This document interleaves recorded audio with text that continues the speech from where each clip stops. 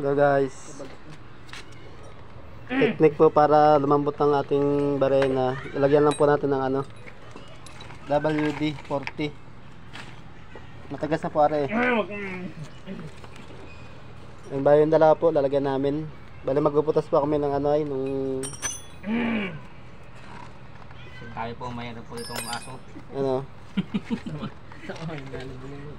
Lalagyan nyo lang po ng ano, WD-40. Ayan. Saan ba ba nalalagyan ito yan? Yan, bali dito lang po. Sa gilid. Tapos, Pupusitan nyo lang.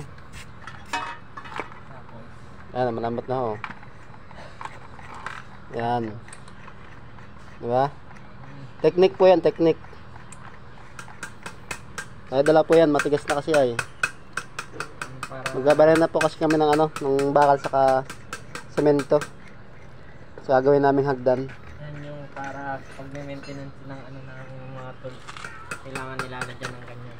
Yan. Dahil nandito pa kami sa ano, sa bodega na kami ng gamit. Dito yung bodeguero natin. Nag-aayos ng ano.